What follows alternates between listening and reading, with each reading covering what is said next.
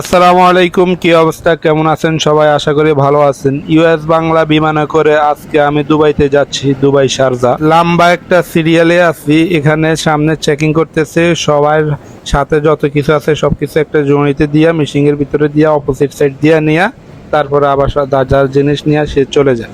তো এখানে আমরা চেক শেষ করে ওয়েটিং রুমে বসবো। ওয়েটিং রুমে বসার পরেই এখান থেকে আমরা সরাসরি বিমানে উঠে যাব। এই যে দেখতেছেন ইউএস বাংলা বিমান, তো সবকিছু রেডি। আমাদের ওই যে মাল সামানাগুলো উঠাইতেছে, লাকিজ গুলা। তা আমরা এখন ওয়েটিং রুমে অপেক্ষা করতেছি। এই যে দেখতেছেন লাকিজ গুলা সব কিছু এখন ইয়েতে উঠাইতেছে, বিমানে উঠাইতেছে। তা আমরা এখানে ওয়েটিং রুমে কিছু সময় বসবো, আধা ঘন্টার মতন। তারপরে আমাদের ডাক পড়লে আমরা এখান থেকে বিমানের দিকে যাব। তো এখন দেখতেছেন সিরিয়াল বাই সিরিয়াল এক এক করে সবাই বিমানের দিকে যাচ্ছে। তো আমরা এই যে আমার পিছনে আর কেউ নাই, আর কিছু মানুষ আছে ওইখানে চেক চলতেছে, তারাও আসতেছে। তো এক এক করে ধাপে ধাপে 15 জন করে সবাই বিমানের দিকে পাঠাইতেছে। এই যে যেমন বিমানের গেটে আমি এখন চলে আইছি, সবাই টিকিট চেক করতেছে, চেক করে ভিতরের দিকে সবাই চলে যাচ্ছে। ভিতরে চলে আসছি, এখন আমার সিট নাম্বার হয়েছে 32, অর্থাৎ আমার সিট সম্ভবত পিছনেই হবে। 32 নাম্বার সিট যেটা একবার পিছনেই হবে। পিছনে কত পিছনে হবে সেটা ঠিক জানি না, তো যাইতেছি, দেখা যাক কত দূর ভিতরে যাওয়া যায়।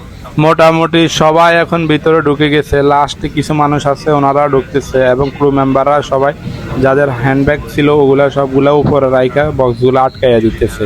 আমার সিট যে এত পিছনে পড়বো, মানে আমার পিছনে আর একটা সিট, আমি হলাম 32 নাম্বার সিটে, আমার পিছনে এসে 33 নাম্বার সিটে। এই বিমানের টোটাল দুই সাইডে 3 সিট করে এই 33টা সিটে হিসাবে 198 সিট ফুল আছে। এখন একটা সিটও খালি নাই। বিমানটা ছেড়ে দিয়েছে, সামনের দিকে চলে যাচ্ছে আস্তে আস্তে করে। এটা এখন বিমানটা পিছনে যাচ্ছে, পিছনের থেকে তারপরে সে তার নিজের গতিতে সামনের দিকে যাইব।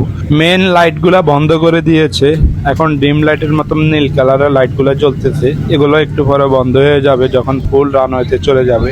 এই যে দেখতেছেন এখন কিন্তু বিমান রানওয়েতে চলে যাচ্ছে, আর এখনই বিমানটা আকাশের দিকে উড়াল দিবে। এ পর্যন্ত সবাই ভালো থাকবেন, পরবর্তী ভিডিওতে বাকি অংশ দেখানো হবে। আল্লাহ হাফেজ।